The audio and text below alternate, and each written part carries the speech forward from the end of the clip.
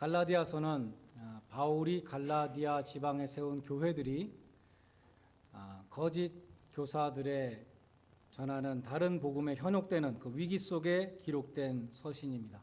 다른 복음이라는 것은 유대주의자들이 가르쳤던 것인데, 구원을 받으려면 예수만 믿어서는 안 되고 율법도 지켜야 한다는 것이었습니다.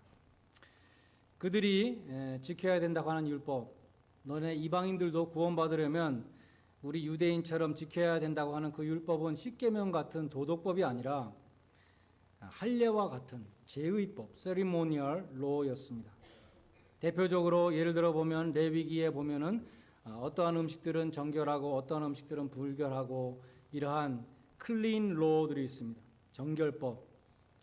에스겔 44장 9절 같은 데 보면 몸과 마음에 할례를 받지 아니한 이방인들은 성소에 들어올 수 없다. 예루살렘 성전에 보면 이방인의 뜰이 제일 바깥에 있었죠. 이방인들은 거기까지밖에 들어올 수 없었습니다. 유대인 랍비들은 율법에 대해서 많은 규정들을 만들어 나가는 가운데 할례 받지 아니한 이방인들과는 식사해서는 안 된다. 이방인들은 부정하기 때문에 언클린하기 때문에 그 사람들과 식사를 하면 안 된다고 규정했던 것입니다. 오늘 읽은 본문의 내용은 예루살렘에 있었던 베드로가 바울이 있었던 안디옥을 방문했을 때 일어난 일이었습니다. 베드로는 이방인의 선교 기지인 안디옥 교회를 방문해서 바울과 바나바와 교제하였고, 또 뿐만 아니라 안디옥 교회 교인들과도 교제했습니다. 특별히 밥을 같이 먹고 있었습니다.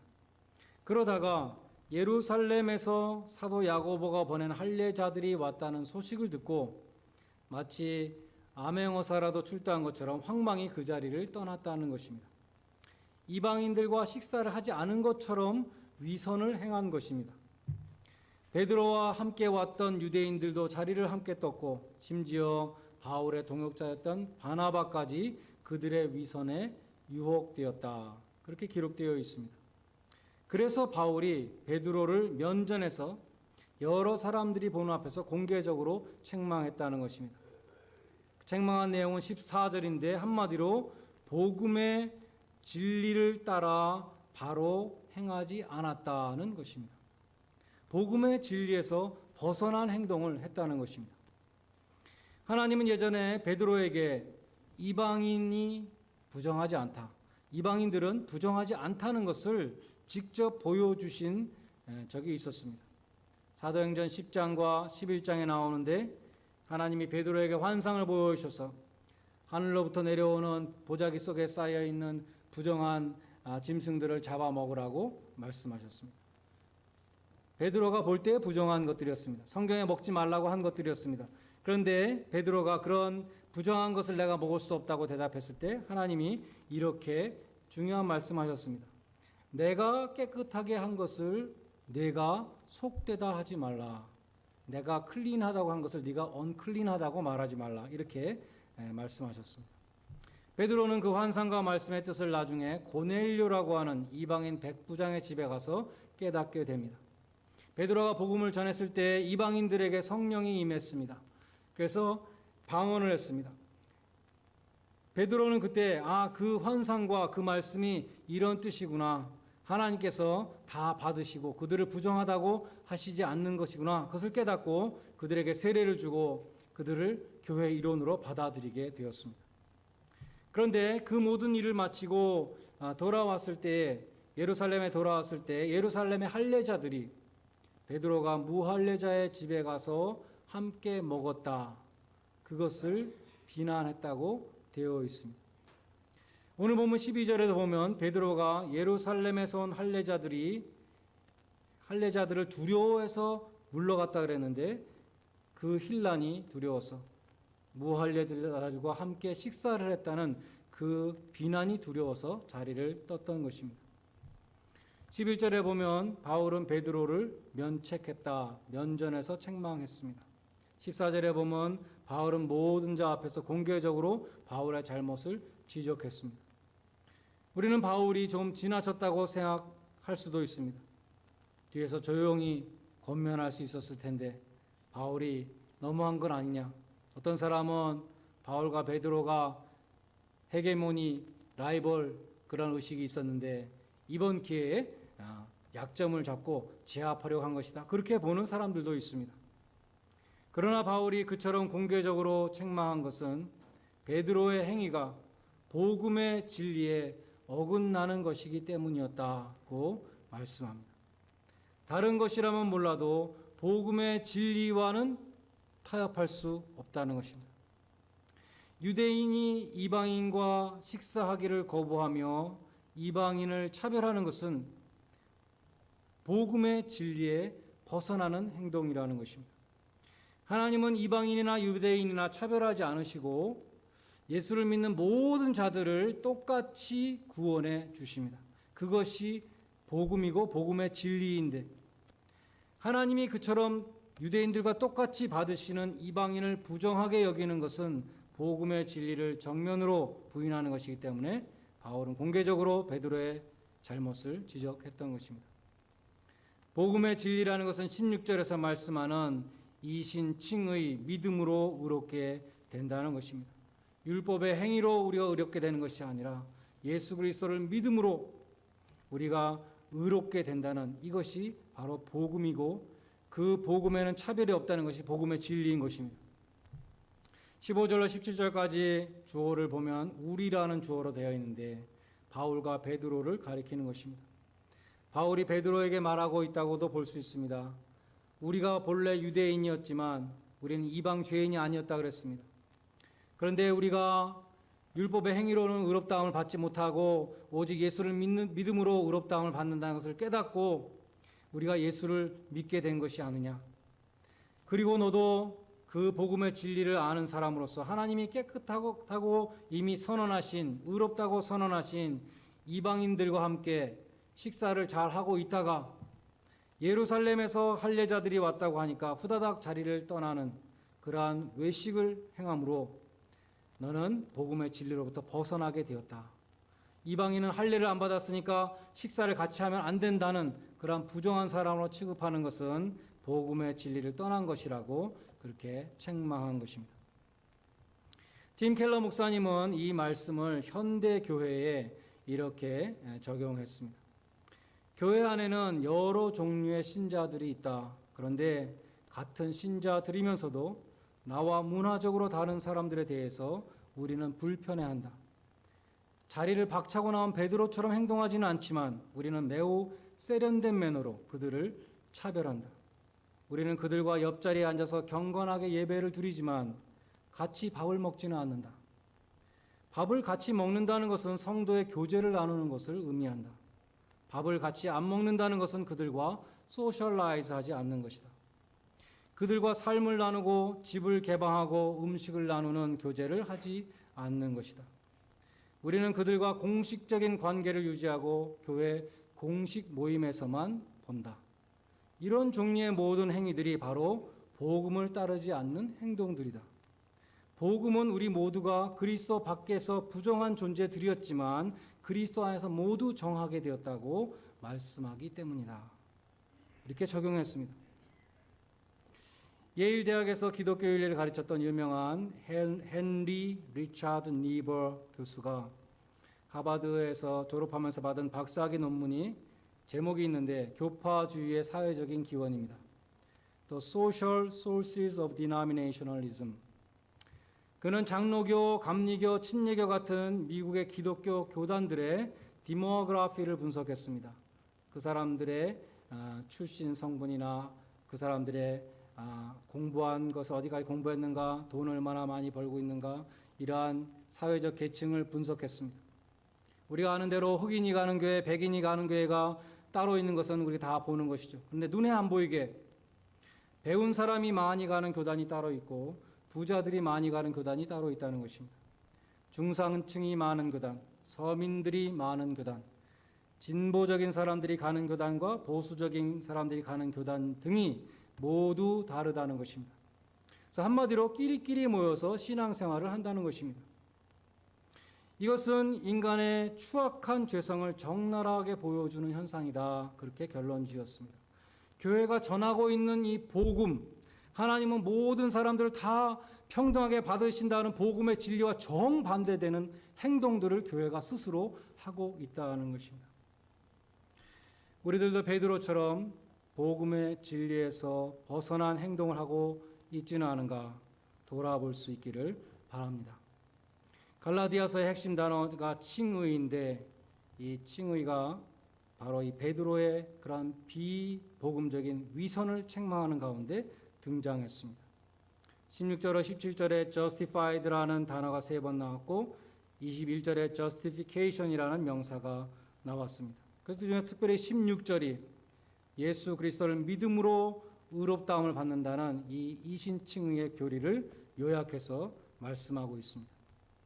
이론적으로는 우리가 하나님 앞에 의롭다함을 받을 수 있는 길이 2개가 있습니다. 첫 번째는 율법을 온전히 행함으로 의롭다함을 얻는 것입니다. 그러나 그것은 불가능한 길입니다. 아무도 할 수 없는 길입니다. 율법의 행위로는 의롭다함을 입을 육체가 없다고 성경은 말씀합니다. 그래서 하나님이 의롭다함을 얻을 수 있는 또 다른 길을 내어주셨는데 그것이 무엇인가? 나를 사랑하사 나를 위하여 자기 몸을 버리신 하나님의 아들을 믿는 사람은 무조건 의롭다고 해주신다는 이 복음인 것입니다. 구약의 제의법 혹은 정결법은 클린과 언클린으로 사람을 나눴습니다. 그런데 바울은 그 클린이라는 단어를 justified라는 단어로 바꿨습니다. 아마도 로마법의 지배를 받고 있었던 이 법이 강했던 로마 사회의 그 이방인들에게는 클린과 언클린보다 justified라는 이 법적 용어가 더 이해하기 쉬웠기 때문인 것 같습니다. justified라는 것은 의롭다라는 것은 guilty와 not guilty 가운데 not guilty라는 판결을 받는 것입니다. 하나님의 은혜는 무엇인가? 그리스도 안에 들어온 모든 죄인들을 다 not guilty라고 의롭다고 칭해 주시며 하나님의 자녀로 받아 주신다는 것입니다. 그것이 바울이 전하는 복음이었습니다. 그런데 이어지는 17절에 보면 유대주의자들이 그러한 바울의 복음에 대해서 비난하는 바를 인용하면서 결코 그럴 수 없느니라. 킹 제임스 성경에 보면 God forbid, 하나님이 금하신다고 말합니다. 바울의 이신칭의 복음에 대해서 그러한 율법주의자들은 이렇게 비판했던 것입니다. 그처럼 행위와 관계없이 믿음 하나만 보고 의롭다고 인정해 주신다면 우리가 죄를 마음대로 져도 되는 거 아니냐?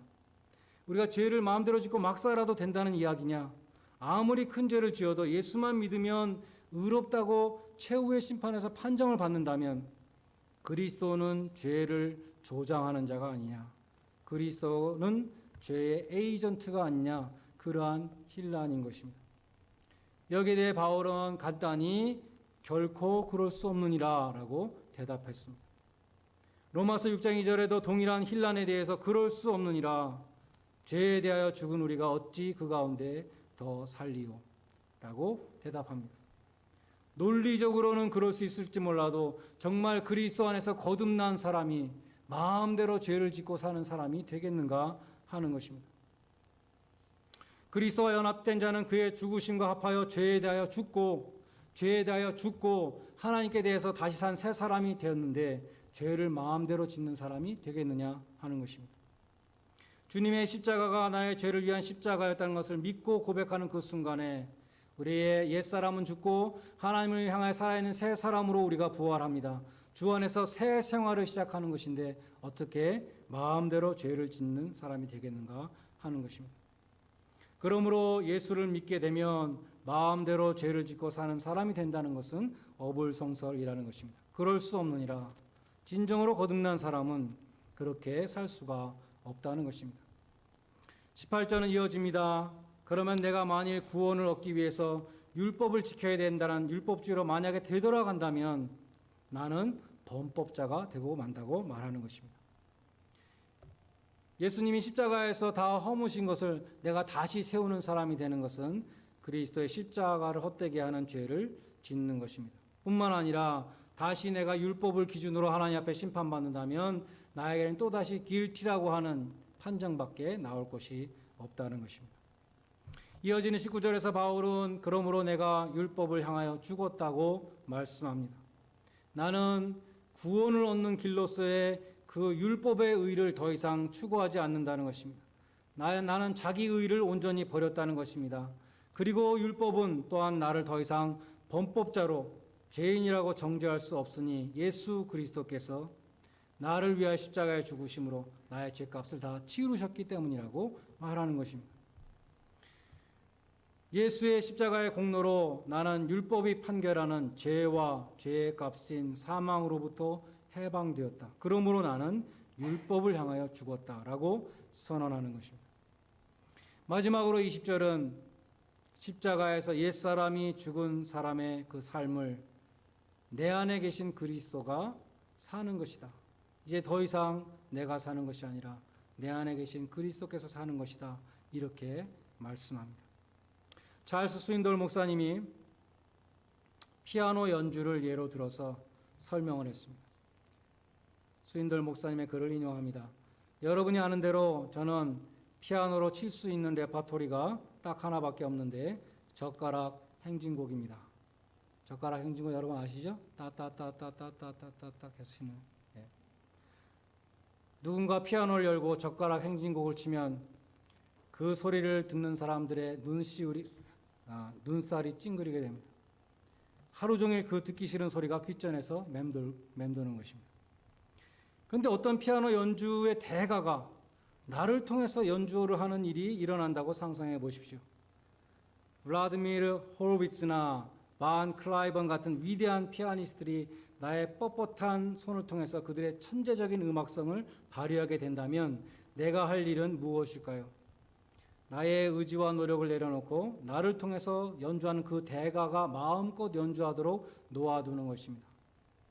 그처럼 내가 나를 통제하지 않고 뒤로 물러나 있는 동안에는 나를 통해서 라흐마니노프나 차이코프스키나 리스트나 이러한 훌륭한 아름다운 음악들이 흘러나오게 될 것입니다.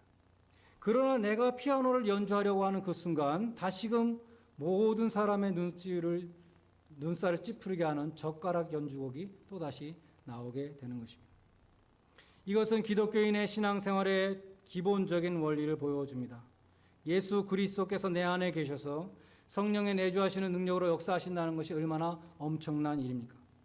그분의 생명, 하나님의 생명이 내 안에 거하십니다. 그분은 나에게 이렇게 말씀하십니다. 나를 신뢰하라. 내가 나의 뜻대로 행하도록 하라. 너의 힘으로 이런저런 일을 하려고 도모하지 말고 나를 의지하라. 나로 하여금 너를 통해서 일하게 하라. 그것이 20절이 말씀하는 것입니다. 그런즉 이제는 내가 산 것이 아니요 오직 내 안에 그리스도께서 사시는 것이라. 이제 내가 육체 가운데 사는 것은 하나님의 아들을 믿는 믿음으로 사는 것이라. 그러므로 우리는 순간순간마다 단순하면서도 매우 중요한 선택을 합니다. 만약 우리가 주님을 신뢰하고 주님의 풍성한 능력이 임하시도록 함으로써 그리스도의 신적인 생명이 나를 통해서 흘러나가도록 한다면 내 능력으로 결코 할 수 없는 놀라운 일들을 하게 될 것입니다. 그러나 내가 무엇을 하려고 한다면 우리는 또다시 젓가락 행진곡으로 돌아가게 될 것입니다. 한국초대교회 최봉석 목사님은 능력이 많으셔서 최권능 목사님으로 불렸습니다. 최권능 목사님은 입만 열면 예수 천당 불신 지옥 이 두 마디를 외치신 분으로 유명합니다. 그런데 이 목사님이 신사 참배를 거부하다가 평양 감옥에 갇히게 되었습니다.